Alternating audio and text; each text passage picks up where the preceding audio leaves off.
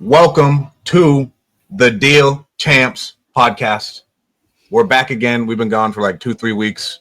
Been a little bit busy. Jason couldn't get a haircut, so he said no pod. I can't do no pod without the hair. Cancel the pod. No Captain pod. of hair could be ready now. We're out. Couldn't find his hat. He's out. Couldn't find the hat. Hair was not done. We're not fucking having it. So the hair is done. Captain America's back. We got a very, very special guest today. Can't wait to introduce him. I came up with a good nickname for him. I came up with a good one. But real quick, we'll do some quick intros. My name is Stratton Brown. We scaled 2 different companies to 7 figures. Right now, we're on the 0 to $1 million challenge, wholesaling houses. And what else? Real estate changed my life because I had absolutely 0 life skills. I ended up working for a guy, and now I can make money with absolutely 0 skills. It's amazing. We have the master of hair, Mr. Jason Pritchard. I'm back. It's good to be back on here with you guys. Excited to do this pod. Backstory on me, Jason Pritchard. I worked in corporate America for 15 years. Was very unhappy with my job. Going nowhere. I decided to burn all the boats in 2014 and start investing full-time in real estate since then. We have not looked back. Completed close to 500 deals. And I just did the math on this for some year-end planning. We own a real estate portfolio of just north of 17 million bucks, dude. So I was pretty proud of that when I did all the math. So pretty cool. Love it. But really been amazing to see the 10-year run that we've gone on. And like we always say with our show, we want to transfer as much real world experience to you guys that are listening in. So that way you can learn from our mistakes and get to where you want to go faster. We have the Captain America, the man with 12 children, Mr. Dean Rogers. What's up, guys? The 13th on the way soon. Dude, I got a 12-seater passenger van now just to get from point A to point B. What's up, guys? Your other co-host, Dean Rogers. Started my career in the NFL, then transitioned to corporate, then into real estate investing. Been doing that now for just over a decade in Central California. We've done over 700 plus deals. We have an 8-figure rental portfolio and coaching students how to get started in real estate with wholesaling. And then you guys can always connect with me at deanrogers.com. And guys, don't forget to hit like and subscribe while you are watching this. Don't forget to follow everybody on social media. We have, I want to say, the master of business development, Shanae. Shanae, I think you are like the master. You have crushed business development for RESimpli. I love it. Thank you. Give yourself a quick intro. Thank you. I appreciate that. So I'm Shanae. I am Sharad's wing woman, and I also get to keep you 3 guys in line from time to time. So I'm a network ninja and work for RESimpli. So glad to be here. I love it. Then we have the man with not a lot of words. The Master of Saas is the name I'm going to call him. I like that. The Master of Saas. I think That man's got a lot of sass. I do. Well, SaaS software. Sorry, but I get it. But I think he's one of the best entrepreneurs I've ever met. And we talk about this all the time. He takes feedback from all of the users, implements it within like 2 days. He's like, sorry, we didn't get to your feedback specifically this time, but it'll be done next week. I've never met anybody who cares as much about their customers as Sharad, the Master of Saas. Sharad, give yourself a quick intro. Thank you guys for having me. Yeah, my name is Sharad. I am the owner and founder of RESimpli. Live out here in Carlsbad, California, not too far from Dean. I'm also an active investor. I've been investing for about 14 years, done over 750, 800 deals, own rental properties, own a property management company. Now I do about 25 flips a year, all virtual in Northwest Indiana. So my project manager also lives in California in Corona, and then I have a couple of people in Philippines. So we actually flip in Indiana without having anyone in Indiana. So. And Sharad, are we able to invest in RESimpli? Like, since we're affiliates, will we be able to invest in RESimpli? Emotionally, spiritually, yes.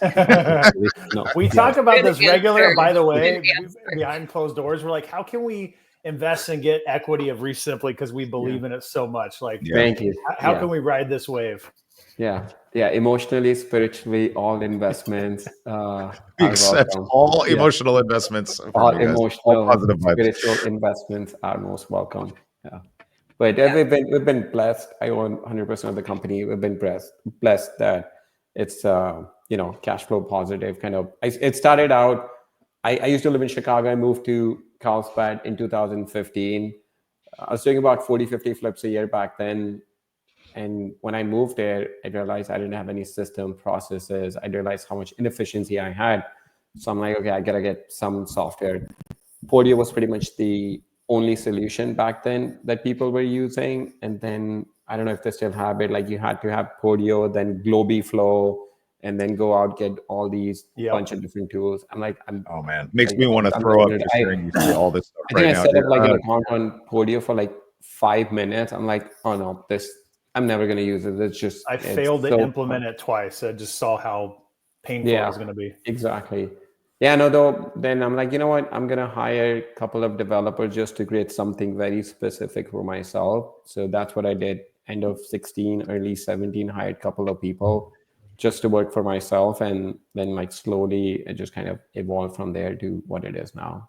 I still use it, my entire team, from my bookkeeper, accountant, project manager, cold caller, my lead manager, acquisition, everyone is on RESimpli. The goal always was, 3 things were important. It had to be an all-in-one software. It had to be super simple to use, hence the name RESimpli, and it had to give really good KPIs so we could make data-driven decisions. I come from an accounting background, so data was an important part of it.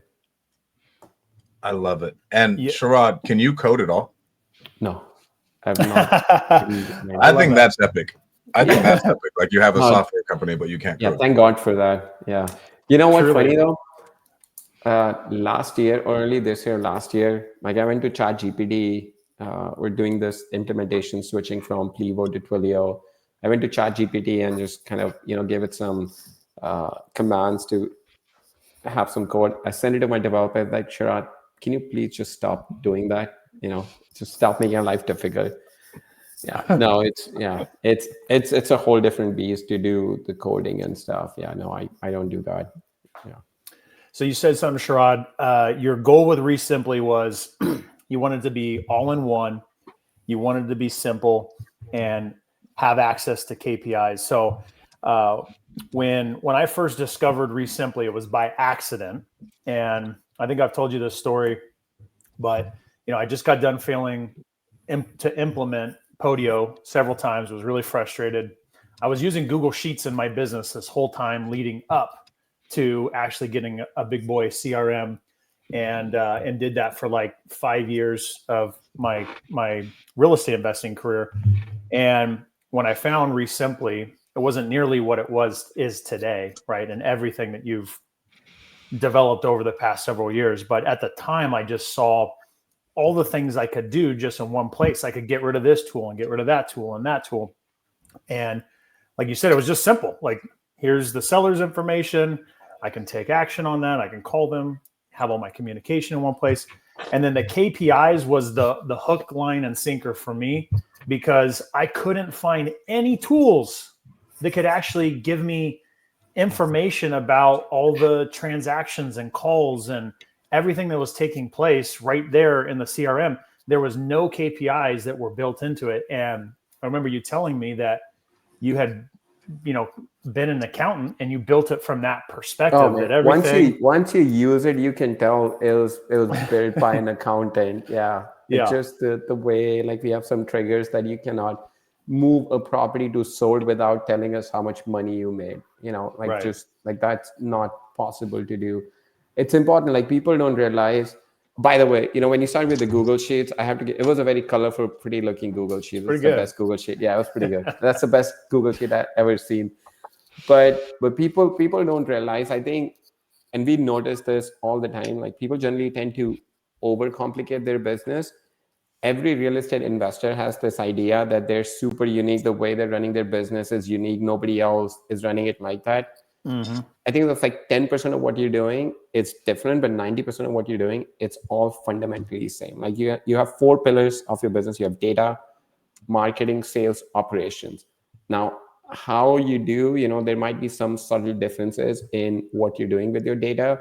You might be, instead of using PropStream, you might be using a different provider. You might be getting your data from the county or whatnot, but the fundamental is the same. You start with quality data, you market to them, you have good conversion cycle on the sales, and then once you complete the cycle, dispo, and then just manage your KPIs. Like that, those are the most important elements of the business. But people have this idea, as I'm scaling, I need something more complicated. I need something that, it just, they don't they don't feel comfortable with the idea that something that they started with, that they're doing 2 deals a month, that they can scale that to 20 deals a month. They just feel like as they're growing, they need something more complicated. So we wanted to come in and change that idea that, it's more difficult to create something that's super simple. Whether it's software, whether it's like business operations or whatever it might be, it's easy to do something that's super complicated. You get sucked into it. You just keep doing it, and you don't even realize that you're running such an inefficient business. I'll give you an example. When I used to live in downtown Chicago, and I was flipping in Northwest Indiana, which is right outside of Chicago, about 30-40 minutes. That's where I own my rental properties. I have an office there. So back when I was living there, my plumber would call me. Let's say, we're flipping a house. He would call me and say, "Hey, Sharad, there's a leak." I would literally go from downtown Chicago, drive to my property, confirm there's a leak. I was like, all right, let's go ahead and what's the estimate? Once I moved to San Diego, I could not do that. I didn't have the option. I didn't even realize that I could have done the exact same thing that I was doing from San Diego. I could have done the exact same thing in Chicago. There was no need for me to be at that property. And that's when I started realizing what else is in my business that I'm running super inefficiently, because I was so close to the problem that I didn't even realize I had a problem. So just around that time, I read a book, E-Myth Revisit. I don't know if you guys have read Michael Gerber. That was a really good book that just really started changing how I looked at my business, systemizing and putting processes in it. I think for anybody that's used RESimpli, they can see that it's very process driven, right? It's built around, hey, you do these things consistently. If you do them, you are gonna get deals out of it. You're gonna get results out of it. So that was always the idea, that almost like creating a closed system built specifically for investors, not create something that you can go in, customize, and then you're like, holy shit, what did I customize? Right. For myself, I don't even know how this thing works. Go ahead, Jason. I want to add this. I can't stress how important the point that Sharad is making. As your business becomes more complicated, the main system that you use needs to become easier, not more complicated. Oh, and we fell down that rabbit hole for so long. And we are I would consider relatively new users and believers in RESimpli. We started at the beginning of this year, and it consolidated our project management, separate software, all these Google Sheets, Podio, plus a lot of back-end accounting all into one shot. And as a business owner, I just need a high-level version consolidated into one place that I can look at very quickly and then delegate to my team, so then my team can get in the weeds and start doing a lot of the back-end stuff. And I have not seen a system from the user interface and all the complex stuff that happens in the background, make it so nice and neat for somebody like me that doesn't really want to get in the weeds, dude. I can just go in and look, see what I need to see, and then I'm out of there, dude. I love it. Yeah, no, I mean, if you need to go in and, you have to go in and hire a tech person to fix your CRM or whatever, then your CRM did not do a good enough job of creating a quality product. That's how we look at it. You are investors, your value add, your revenue generating activity is closing deals. The point is not for someone to be in RESimpli for the most amount of time possible. Yes, lead manager, acquisition managers, they will need to be in, but you as the business owner, you should not really have to be in the system. I'm doing about 20, 25 flips. I think this year we'll do about 23. I have not been to Indiana in the last 4 or 5 years. I've not been inside of any of my properties in 5 years at least. I log into RESimpli myself for 5-10 minutes. I look at the very high level data, and we do direct to seller marketing, direct mail, PPC, PPL. We're doing all of this, and I'm still able to do 20, 25 flips, manage all of that. So I think people have a limiting belief where they limit themselves on what's possible. And Jason, you're 100% right. As your business scales, you need something that's simpler. You don't want your complexity of your business, of the systems you're using, to scale with the size of your business. We run a pretty we have a pretty decent sized company for RESimpli. And Shanae, it's funny, Shanae is the minority in our company at Joker. She's the only white person in our entire company. We have a US-based company. She is the only white person in our entire company. My assistant, who's in New Jersey, she's black, and then I am, and she's the only W2 person also. And then everyone else is overseas. So it's kind of funny, but we've scaled that business and keeping it super simple. We use, one system that everybody goes in and uses, and that's pretty much it. Like, we just do that as we scale. We've been using it for 3-4 years, and we scaled with that system. So that's the part that's very important for people to keep in mind, that as you scale, you want to simplify your systems and processes in your business. Can we talk for just a second about the fact that Sharad is literally running his entire real estate investing business truly 100% virtually? I mean, how many people can really say that? That he hasn't stepped foot in a property in 5 to 6 years. I don't think that's and I don't exaggerate. Like, if I'm spending more than 5 minutes or 10 minutes a day in my house flipping business, something has gone wrong.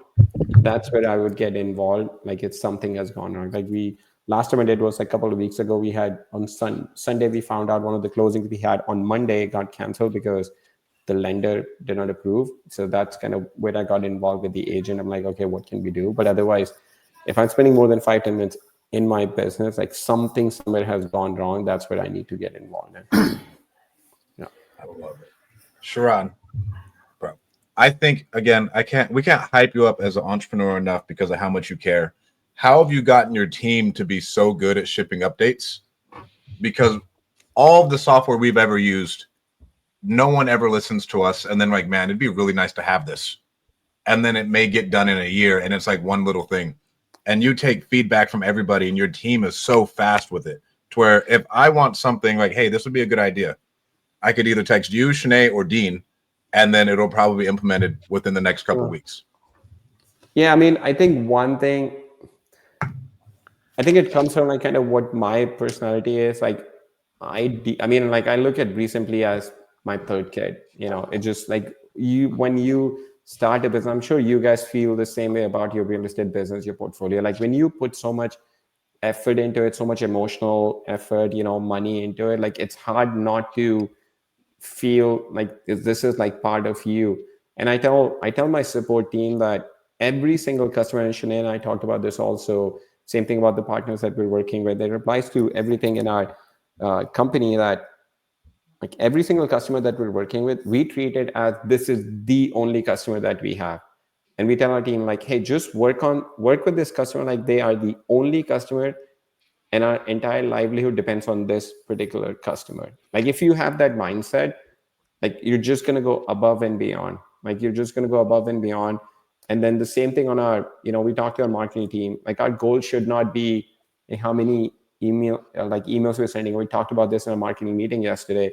Like, the goal should not be how many emails we're sending out, how many people we're getting on our email list and whatnot. The goal should be, we should add more value to investor community than anyone ever thought possible. Like, if you start with that mindset and just work with that, everything else will take care of itself. And then I have this quote on my, like, a canvas on my office. It says, "So be so good that you can't be ignored." I think Steve Martin said it. Like, that's the mindset we said. Like, if we are just so good, I like that. Yeah. That, like, we can. I mean, there's some affiliates and partners, I won't name anyone, that we had been wanting to work with a long time, and they would just not return our messages. And they're like, hey, Shanae, let's just be so good at what we're doing that just, like, we absolutely cannot be ignored.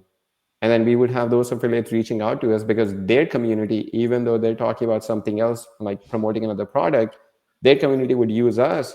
And then they would reach out and they're like, hey, our community is, like, using you guys, even though I'm promoting a different product, I might as well use. Like, even Shanae had a conversation with another, like, big time coach, and someone from her team who's actually running the program talked about some other product. And this promoter is like, no, let's just go with this product because that's the one I have faith in. So, like, I mean, just like, that's what I keep going back to, is like, our goal should be, like, be so good at everything we're doing that just nobody can ignore, whether it comes to our customer support, like the relationship that, Shanae maintains. Like, what she does is absolutely amazing. Like, some of the ideas that she comes up with, it's amazing. And then goes down to our marketing team also. Like, just add more value than anyone thought possible. Like, just start with that. We don't have to send hundreds of emails. If you send one quality email, that's better than 100 average emails that we'll ever send. That's 100% true of my experience, because I've known Dean forever, and Dean's been with you guys forever. And Dean was always like, dude, I'm on RESimpli. And I was just banging my head against the desk trying to make Podio work for years. And I knew that I needed to do something, but it was just like, I didn't want to deal with the pain of like migrating over to a new CRM, because that sucks, dude. And it's a lot of work. And it was just, ultimately, I was just like, dude, we're doing this. I knew eventually I was going to go over there. And when we did it, it was just great. It was this incredible transition. My team loves it. And your CRM is literally the backbone. It's the spine of your business. And you cannot function in the type of business that we have without this type of software. And if this doesn't work, then it's going to have a negative effect, because your team members are not going to use it. And then if your team members aren't using it, then leads aren't getting followed up. You're not doing deals. And it just creates this like cascading effect. And so 100%. everything starts with a good CRM. Go ahead. So I just wanted to piggyback off of what you guys were saying with me not having found any other software company out there that I work with, that I use on a regular basis, that I have this type of relationship with. Because, Sharad and I are like two little nerds text messaging each other back and forth, sending Loom videos, like this idea, that idea. And Sharad uniquely has found the ability to make it feel so personal, because I know I'm not the only one he's talking to, and he's getting feedback from, dozens and dozens, if not hundreds of people. And I feel like I'm getting my own unique experience. And to me, that's special. And it makes me want to invest that much more time into seeing the product do well. And I believe in it. That's why we were not joking about wanting to find a way to get equity in the business, because we are passionately in love with it. And I will piggyback off of what Jason was saying. Like, our business at the time we first met, Sharad, was not nearly at the scale we are now. And a big part of that was because we didn't have the ability to execute as a business. We just flat out could not run it like a real business. We were, running it like a mom and pop shop. And once we finally got a CRM and started to put people in place, because we had tools to be able to do that, now we're scaling, and, the sky is the limit. Like this month, we're on fire. We're halfway through the month. We almost have a deal a day. We have 16 deals for the month. We have Dean talking about those KPIs. Here goes Dean talking about those sexy KPIs. I should be getting equity in Dean's business. I don't know what he's talking about. I need equity in his business. No, you got the reoccurring model. That's the way to do it. Right. But I don't know. Man. We have our own set of issues. I shared like this one investor yesterday. It was like, oh my God. Yeah.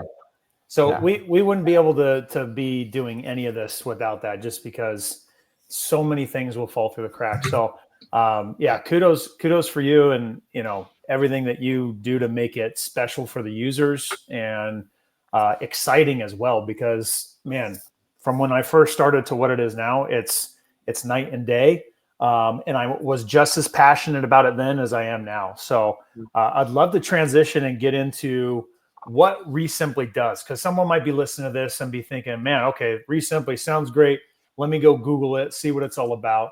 But let's break down, like, what does RESimpli do for your business? Like, what are some of the actual features and functionality that you can use RESimpli for? Why is it important? If you want to just kind of touch on some of the key ones, and then I know some of those we definitely want to dive more into. Yeah. So like going back to kind of what I talked earlier, if you look at like what successful investors are doing, they have like 4 main pillars in business. They have the data, marketing, sales, and operations. So I'll kind of just break the feature set in terms of that. On the data side, you're like basically getting a list of people that you want to market to your prospects. So you can, in RESimpli, you can use list stacking for that. We have driving for dollars to that to build your data list. And then on the marketing side, now you have your list of people. Then on the marketing side, you want to start basically converting these prospects into leads. So you can have websites that you can get within RESimpli. It's built on WordPress, so you can get websites. You can call them, text them, email your prospects. You can also send direct mail to that. So that would be on your outbound marketing side of it, right? Of course, we On the inbound, you can do PPC, PPL through the websites that, or PPC through the website that we have, SEO through the websites that we have. And then we have other features on the marketing side of it, like speed to lead. If you're doing inbound marketing, it like connects you with, from the time someone submits a form on your website to the time you're actually speaking with the seller who submits the form within 30 seconds. So that would be on the marketing side. Then on the sales side, basically converting these leads that you have in your business into deals. Those would be, again, like having follow-ups, drip campaign, which, you know, you guys used to just automate the follow-up sequences, calling, texting, reminding you to call, text, email, these sellers that you have on your pipeline, just so that you have, you know, 60-70% of your deals that you're going to get are going to come from long-term follow-up. So we make sure we simplify that as much as possible, automate that process for you. And then like calling, texting, you know, you can store your files, you can do e-sign, all on the sales side of it. So once you have a deal under contract, then comes the operation side of it, which is the dispo side. So now with the recent update we made, you can basically pull a list of buyers, you know, fix and flip, landlords, start calling them, texting them, you know, email, all from within RESimpli. So once you've done the dispo of the deal, you know, then it's the other side of it, like keeping track of your KPIs, which in my opinion is the most important part of the business, not the sexiest part of the business, but the most important part of the business. So keeping track of KPIs, like generally, typically when you look at an investor business, it's more or less a marketing business. The better you are at marketing, the more money you're going to make. So tracking your KPIs, how much money you're spending on each marketing channels, how much money you're making, and optimizing for the most effective marketing channels, you can do that through our KPIs built in. I mean, yeah. Jason, you're muted. Yeah. The number one thing that nobody gets is your goal is to build a business, not build a CRM. And then when we had Podio, we were in the weeds building that shit like every night, because you're too cheap to hire on a developer who can actually do it. And then to build out all of those features takes so much time. Something's going to break when a new update comes out. Exactly. Like there's all, like even for like the drip campaigns, I remember setting all that up. It took me weeks to get that done. And then we had to make sure to set up another dialer system inside of Podio with smartphone. We had to build it out so it didn't break and everything else. So now like our sales team can just use the dialer inside RESimpli, connect it with the list stacker. Hey, all these no contacts for 7 days of hell. Just hop in, click a button, and you're good to go. Exactly. To where we don't have to think about any of that anymore. And you have all the speed delete and everything else, to where we had a consulting client the other day using Podio. I was like, bro, just stop. It's not worth it. Hop onto RESimpli. It'll completely simplify your business. Yeah. I think that's what, go ahead, Jason, you were going to say something. Yeah, I don't think people understand how much efficiency they're losing by not having everything consolidated in one place. And at the beginning, your business is very fragmented. You've got Google Docs, you've got Google Sheets, you've got a CRM, you've got something to do project management, you've got another thing to do accounting. And when every single time you have to come out of one system to go to another system to grab data, to put that back in the original system, and then try to get everything to sync up to give you something accurate, 9 times out of 10, it's not going to work. And what you should be doing is just focusing, like you said, on finding more deals, right? And I just got back. One of the things that I like the most is that from a new lead to a closed deal, and for us, about 40% of our volume is still fix and flip. It lives in RESimpli all the way until the end. Even on our fix and flip projects, our project management team is still going in there. Everything is in there, and it's all in one place. And I just got back from Collective Genius, and I feel like my biggest takeaway from that meeting was that the people that are operating at the highest level are focused on operational efficiency. How do they become more efficient, and how do they move the needle in their business through becoming operationally efficient? And this tool is the tool that allows you to do that. And I think it's just, there is no more winging it. There's no, and I saw this on Ryan Dossey's, who is another user of RESimpli. I got on one of his emails, and it was coming out about who's going to be successful in 2025. And number one is there's no more winging it anymore. There is no more like throw a bunch of mail out and throw it against the wall and see what sticks, especially in California, guys. Like most of the people that are watching are investing in California. And this is frankly like one of the more difficult markets to find success in for lots of different reasons. And so you need something that is going to be able to kind of house all this stuff in your business so you can become more effective as an operator. Yeah, absolutely. I mean, there's this saying, like, you know, generally like marketing, hey, I know my marketing is like half of my marketing is working, the other half is not. I don't know which half is it that's not working. So that's the problem that we're essentially trying to solve for investors. Like typically investors would spend, like they would generally have marketing or payroll would be their biggest expense in the business, right? So if you can be efficient with your marketing and payroll, any money that you save, it's going directly into your net profit. So if you're 100%. doing like what you mentioned, Jason, like if you're doing direct mail, for example, right? I'm using direct mail because that generally is like the number one lead source for investors. If you're using direct mail in your business, and let's say you're spending $10,000 and you're making 30,000, you're like, this is great. Every dollar that I spend, making 3x. And by the way, like everyone should expect to make minimum 3x on their marketing. Anything less than 3, then I would look at a different marketing channel. Anything over 5x, you're doing really good. Just double down on it. But let's say if you pull a list of absentee, probate, let's say just these two, and then combine them, $10,000 you spend, you make 30. Like, this is great. But then the question would be, was it the absentee list that made you money, or was it the probate list? Let's say you only have 2,000 people on your probate and you have 8,000 on your absentee. And then you realize, if you dig deeper into the data, that it's actually the probate list that I spent 2,000 on that I made 30,000. So your true ROI is not 3x, it's actually 15x. I mean, again, I'm using like exaggerating the numbers, but you guys get the idea that the more you can break your marketing into different lists that you have, the more insight you will have. And you may realize that actually I just need to mail to this probate list and I don't even have to worry about my absentee list. And imagine if you have this data about your business, and let's say if you're looking to either add a new marketing channel in your business or you're looking to going into a new market, you have the data to prove that, hey, at least based on the data in my market, if I'm going to a similar market, I should go with probate because I have data to prove my rate of return is much higher on probate than any other list that I have. And then start with that. You're on mute. Muted again, Brody. Yeah.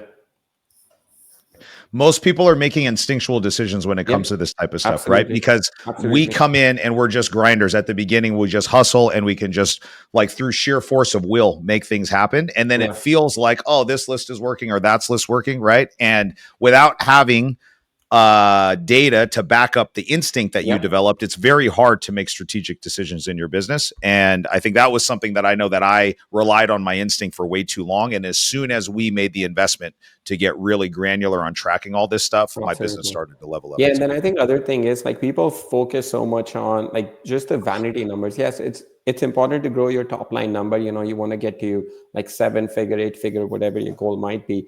But that should not happen. That scalability should not happen at the expense of your net profit. You want to make sure if you're scaling your business that you're keeping your net profit percentage at least to a minimum number of like 25-30%.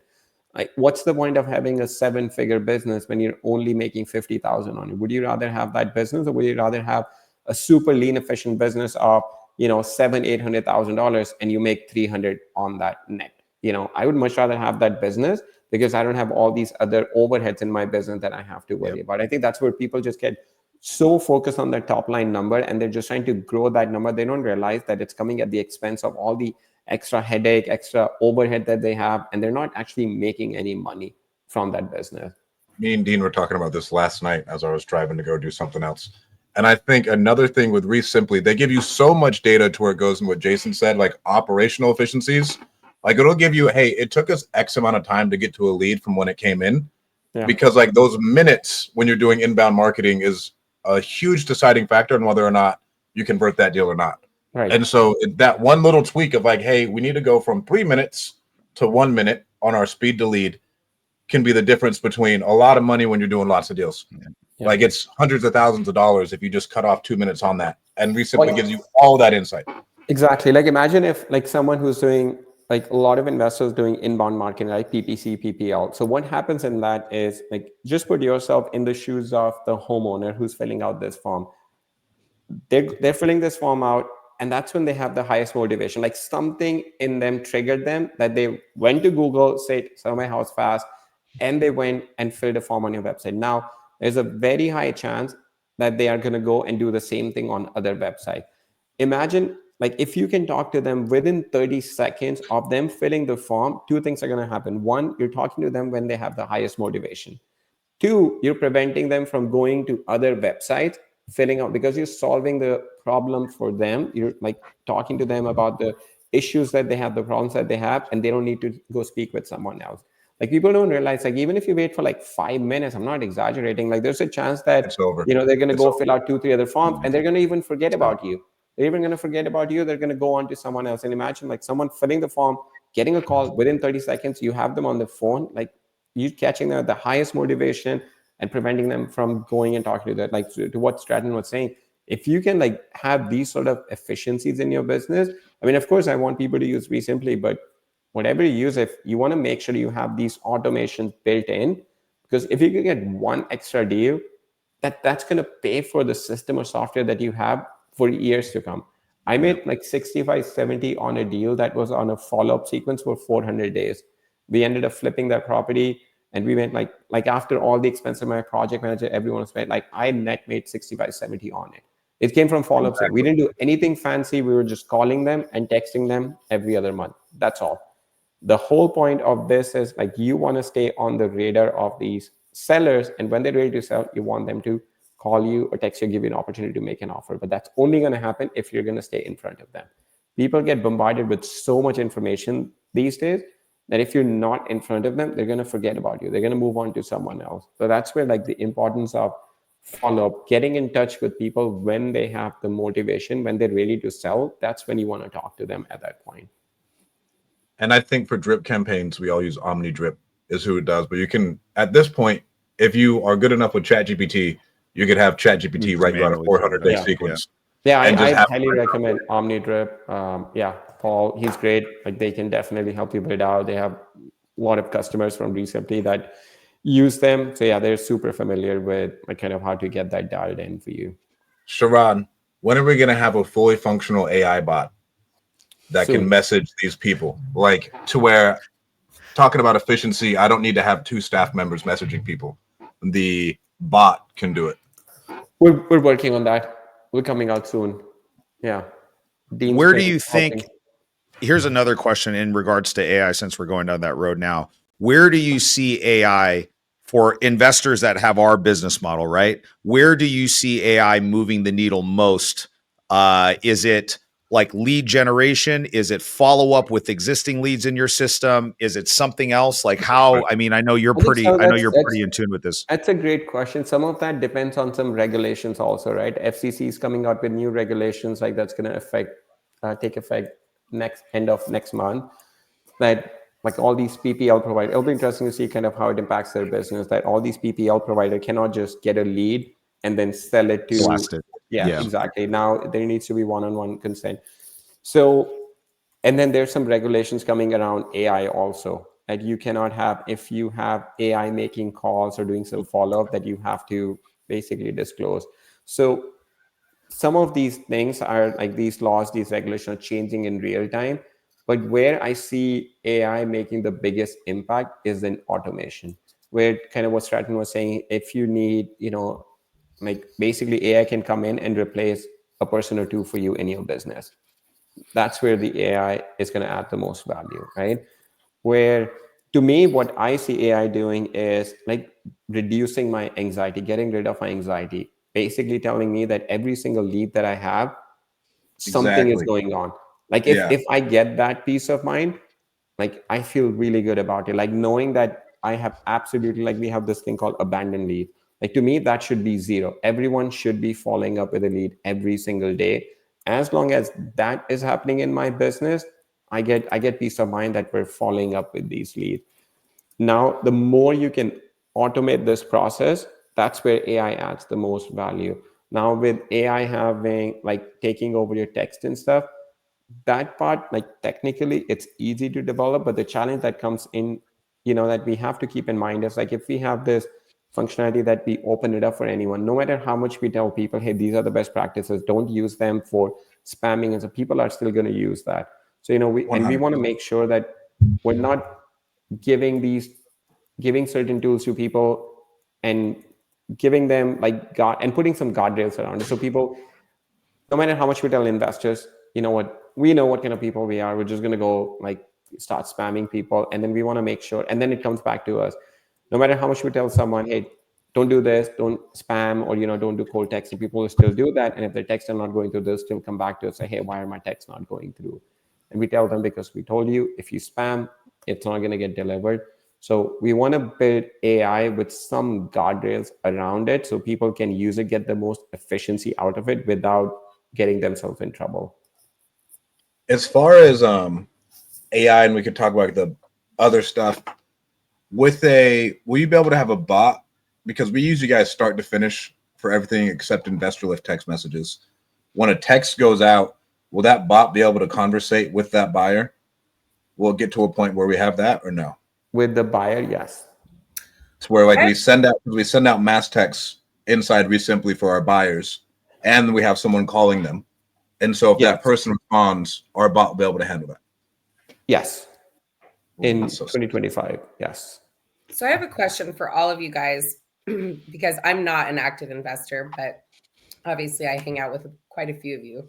You know, I know a really good coach who can help you get your first deal.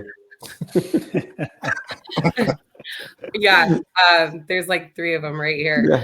Yeah. But for the AI stuff, and you know, we actually were talking about this at Boardroom a couple weeks ago. We know that this business is a very relationship driven business. Do you think, I obviously see the benefits of the efficiency with AI, but how do you think that efficiency, or will that efficiency of your sellers or buyers conversing with a bot, do you think that's going to negatively impact your business at all, because it takes away that human connection? I think there's some ways. Yeah, go ahead, Stratton. People have fake AI girlfriends, and they can't, like, you know, like people fall in love with AI bots, or you have like random people messaging people on OnlyFans, and they make billions of dollars doing this, and it's a bot. So if that can happen, and that person supposedly replaced their girlfriend, we can have someone step in and fill the gap until an actual team member can step in. And all they have to do is just read the notes. And there's an AI summary that, like, you can get an entire summary and everything built out really fast. Even kind of what Stratton is saying, like, again, like putting some guardrails around. Let's say if, you know, you have a seller on an automated, you know, follow-up sequence, right? The seller replies back. Like, AI doesn't necessarily has to send a text. It can just summarize everything and say, hey, based on the conversation, I think this is what you should say. And then you can choose to change it or not, right? If AI can even get you to that point where it's not taking over and because at least right now, AI is not like 100% there. It's going to make up some mistakes, right? And you don't want that to happen on a deal that could have potentially been like a high 5 or 6 figure deal. But if you have some guardrails where the AI summarizes everything and writes a text message, and then just like gives you, hey, this is what you could send based on the conversation, and then you choose whether you want to send it or not, I think that's a huge win. You just have to press a button and it just sends it. That's where the efficiency comes in. Another thing, like going back to, if the AI can tell you, hey, this is the lead that you haven't like talked to, which, you know, you can do based on abandoned leads, and you just have no anxiety about any lead that's falling through the crack. I think to me, that's a huge win. Like knowing every single lead is being worked on. If you have that, I think that's a huge win. This is how I know Sharad is a real estate business owner, because of the anxiety about leads not being worked. Because I know we all share that same thing. It's like, dude, I got friggin' 2,500 leads in like some type of long-term nurture thing, and I'm constantly like, oh my god, dude, is the drip on? Is my team calling them? Is this happening? Did we follow up with this person? And to Shanae's point, I think at least right now, like Strat said, all I'm doing is just bridging the gap. That's it. And no matter how we like to slice it, putting a human body on 2,000 leads and expecting them not to miss anything, I just don't like, they're never going to be perfect. It just is what it is. So I would rather risk the AI going in there and maybe messing up something as far as a response or something like that, to know that they're hitting every single lead and warming up the ones to get them to human body. And I've seen some use cases where you cannot tell that it's AI on the other end, like actual conversations. Like it's a human person talking to AI. They have no idea. They're answering them, overcoming all the objections. And so in the most immediate future, I'm excited for that. And then eventually at some point, you know, I'm sure it'll progress. I mean, even look at like where AI is right now compared to like 6 or 12 months ago. Like imagine where it will Yeah. be 6 to 12 months from now. It'll So be if you crazy. like this is something you're not going to get to the point where, okay, this is how it is, right? It's just going to always keep evolving.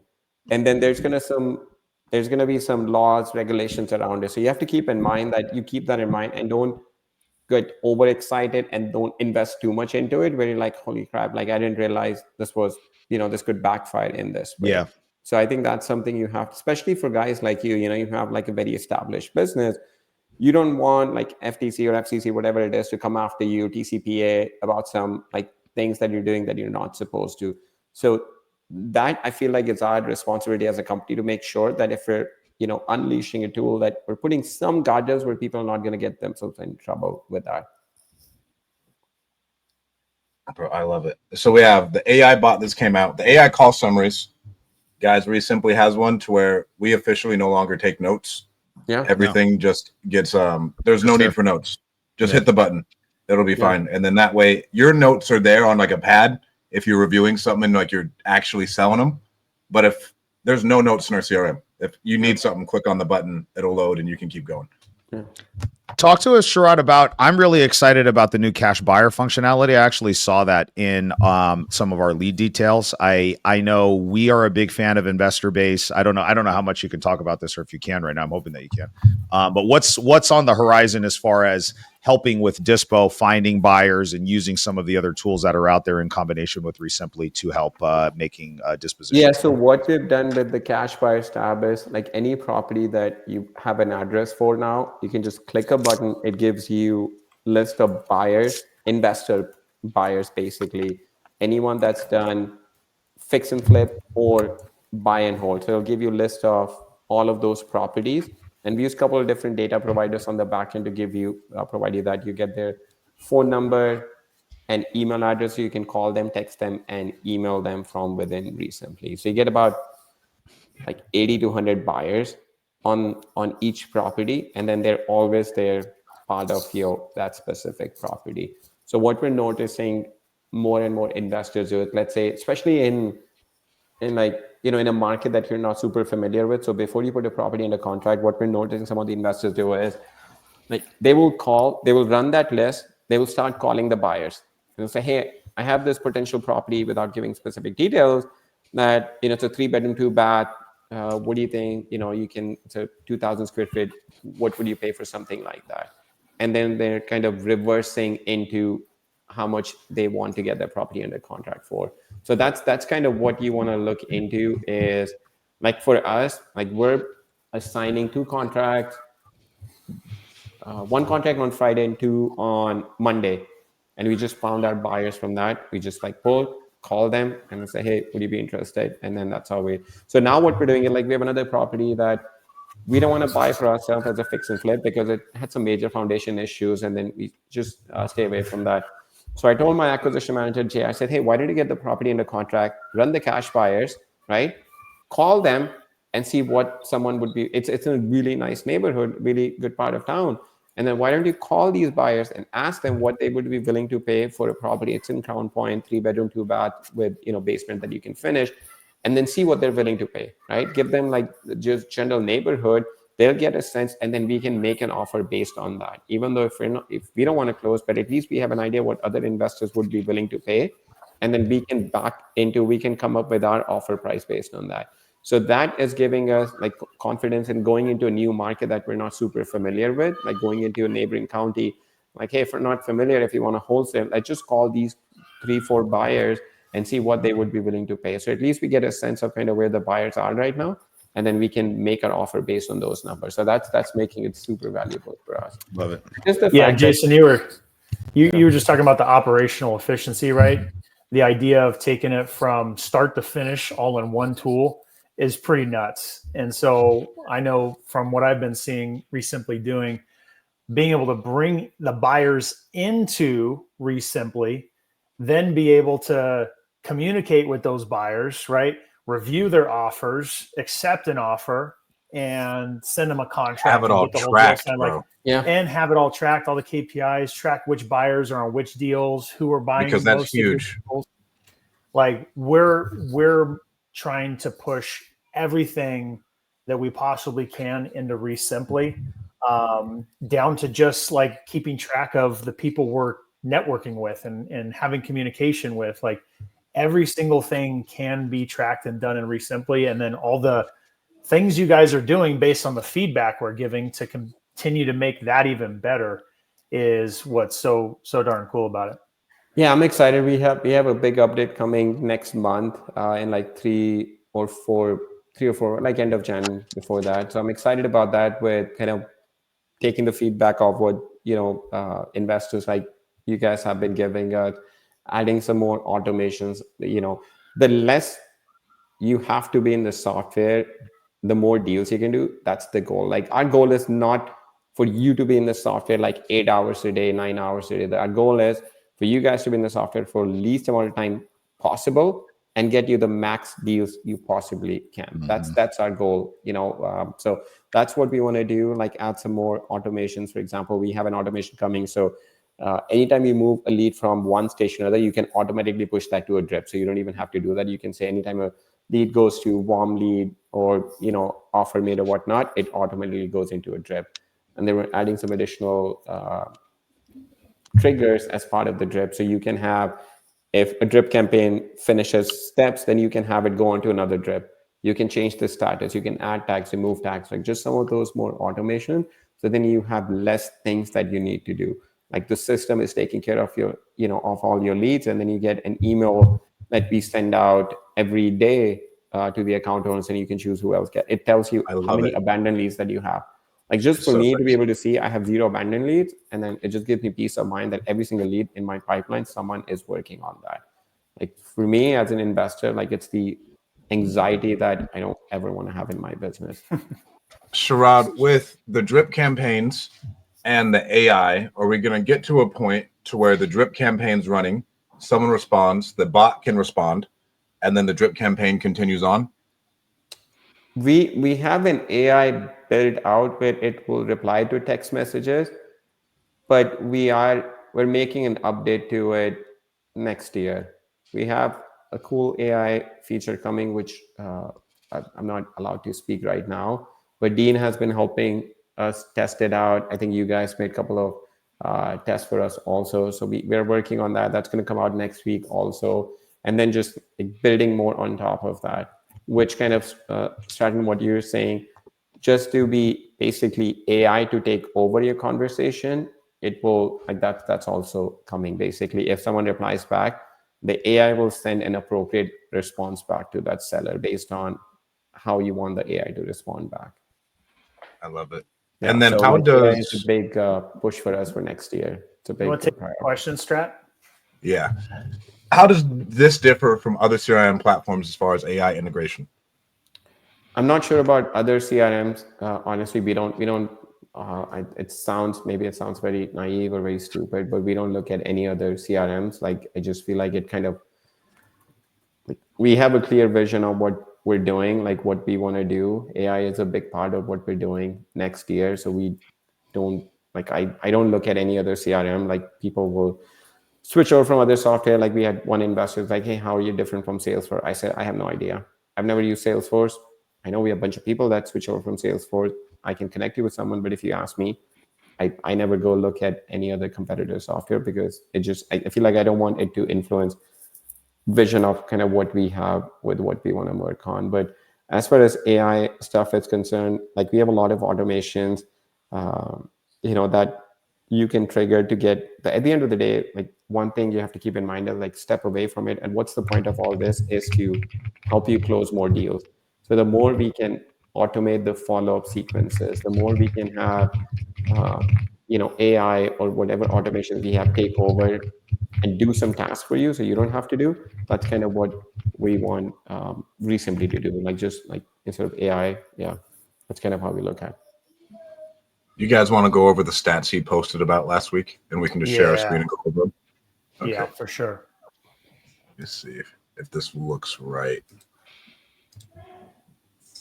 Let me know how this looks. Ooh, I'm going to hit this question real quick from Eric. Do any of you have experience doing software engineering, or did you outsource that aspect and focus primarily on real estate? I want to speak for Sharad. since he's the main attraction. You said it yourself. You're not an engineer. You don't know how to code, and you outsourced it all from the beginning. Which, from my perspective, the fact that you have all the insights and ability to execute so fast. I come from a very exciting world of accounting. That's my background. I come from very exciting. Hey, don't talk dirty on this podcast. So, there might be some kids listening to this talking dirty about accounting. My wife is an accountant. She's a director of accounting at a biotech company. So I have mad respect for accountants. Yeah. Oh, jeez. All right. So we're going to go over, I thought this was like the best post ever because real estate is now starting to get like operationally efficient to where this is where everyone's moving. Like Ryan said, we can't fly by night anymore. Like you got to have your shit absolutely dialed. So this total phone numbers that are clean, this is saying, hey, all the numbers inside RESimpli, 98% of them are clean, and you guys maintain the cleanliness, correct? So what we mean by that is, like when you call someone, when you get a call, a lot of time it shows up as spam likely, potential spam. So we make sure we take all the numbers, tens of thousands of numbers, and we get them scrubbed against spam likely. So 98% of our numbers are clean. 2% of number will show up as spam likely, but every week we're getting them cleaned up. All right. Next stat. Yeah. Leads to deal conversion. This is crazy. This is crazy. It looks like your number one cold calling was your guys' number one deal source for all your clients, correct? Direct mail. Direct mail. Direct mail. Cold calling was number 2. It was number 2 in terms of revenue.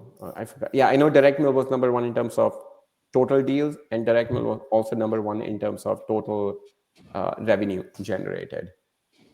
But for investors looking at this will give you an idea of like where you're at and like where the holes in your company are. Leads to deal conversion is 66 leads to a deal. I'm sure cold calling is like driving that up drastically. Exactly. So this is like, we'll post some more numbers at the end of the year. I spoke at Boardroom Mastermind, so I had to get something ready, but we'll have more numbers by each marketing channel also. But this is, yes, you're absolutely right. This is for all the lead sources. Like cold calling, SMS would be much higher number versus PPC, inbound marketing. This number would be a lot lower. This is such good context, though, because especially for new people, right? They severely underestimate the amount of people that they need to speak to in order to do a deal. So just look at that top line if you're new. Basically, what that's saying is you need to speak to 66 leads on average in order to get one of those leads to convert, right? And these aren't conversations with sellers over the phone. These are people that you actually speak to that you qualify as a lead. And most people go cold call for 30 days and they talk to 20 people and then they realize like, well, this isn't working. And it's not that it's not working. It's just you need to do so much more output. So if you need to recalibrate some expectations, these are really good metrics to follow. So then that way you have some standards and you can really start tracking internally with yourself, right? It's like, how many leads have I spoken to? And does this fall in line with the industry standards and the industry averages? This is really good. Would you guys, how many offers you have to make to get a deal? Exactly. Yeah. And all the way down, right? How many appointments do you need to go? So if you get told no on 8 appointments, look at the stats right here. It says you need to go on 12 of them, right? You need 12 leads in order to go on appointment. And then you need to go 9 leads to get an offer. And then you need to make 7 offers to get a deal. So you're getting told no 6 times typically on average before you get a yes on a contract. Exactly. So if you got told no 3 or 4 times, you just haven't talked to enough people. You know what I mean? Exactly. And so just use this as guidelines. This is really, really good information for those of you guys that are new that need a framework to follow to keep yourself accountable. Yeah. I think the dead leads is a solid number across the board, though. Like 42%, 43% seems like it's typically what I've seen. Yeah. Again, I mean, it's like now that part is subjective because some people, will never put a lead into dead lead until the property is sold. So it's like, just take that with a grain of salt. It's very subjective on what some people might consider a dead lead. Like we have, like for us, if someone says, I'm not interested, take me off the list, we move them to dead lead. But there's some other investors, hey, if they still have a property to sell, I'm not going to move them to dead lead. All right, we got to pound through these. We got a hard stop at 345. Average profit, fix and flip, wholesale double close, wholesale, retail listing, novations were 21, assignments were 17. Yeah. So you would think that people that are flipping are making a lot more money, which kind of is in line. And double close, again, typically you would double close a deal when you have bigger margins, so you don't want your buyer to know wholesale. And we have some agents also, so just when we looked at it, we're like, oh, this kind of makes sense. I don't expect fix and flip to be number one because people are taking more risk, so they're making more money on average. Exactly. Top 5 deal sources by average revenue foreclosure. I thought that was interesting.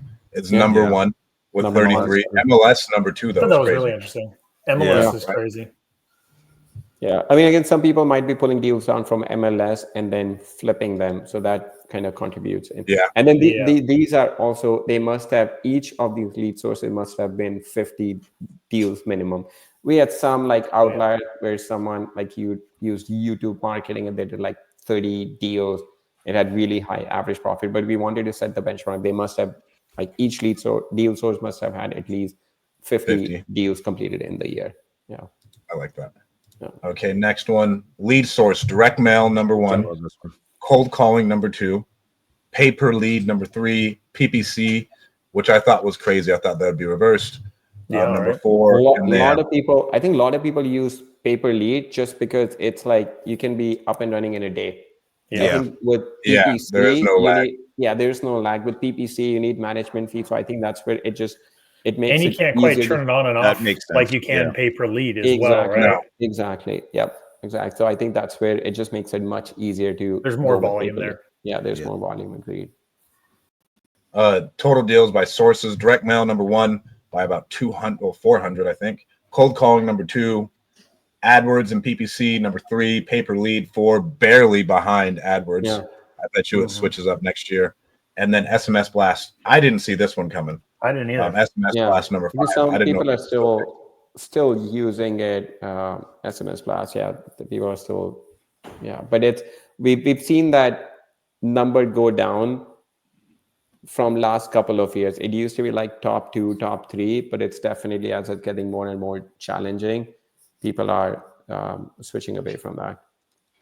Then last 2, California coming in number 1. I tell everybody, after experiencing nationwide stuff, stick in California, spend a little bit more money, you're going to make more money, and you're going to have a less operationally heavy business. If you stay, and I think like the West Coast, and North Carolina is good too, because you don't have to have all this work going into selling these deals. Jason can post something on Instagram and it fucking sells in 3 minutes. Yeah. And there were a couple of other states, I think a couple of states in New England area, Maine, and then Idaho, that had higher average revenue, but again, we cut it at 50 deals. Like each of those areas must have had 50 deals. So there were some other states with higher profit average revenue, but again, like they didn't meet the criteria of minimum 50 deals. And then states by total revenue, Texas number 1. There's a lot of investors in Texas, California, Florida, Ohio, North Carolina. Ohio just got a little bit more difficult with outlawing wholesaling yesterday. Yeah, so it's getting more and more difficult in a lot of states. Yeah. So it's going to. And then that's all. Yeah, it's going to create more opportunities for experienced investors to come in and add more value.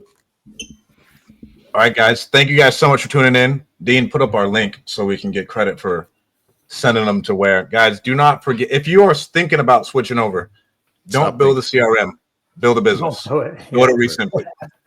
RESimpli.com/deal champs. It is the number 1 CRM if you're a real estate investor ever. I swear by it. We've all spent thousands and thousands of dollars on other CRMs. This one is the one that works. I don't have to think about it. It's easy to use. It is number 1. Thank you, guys. Thank you, guys. Thank you. Thank you for having me. Thank you for all the support that you guys have given us over the year. Thank you. We would not be here if it were not for your support. I really mean that. So thank you. I love it. Guys, cool. Don't forget to hit like and subscribe. We'll see you next week. Thank you guys so much for tuning in. Peace.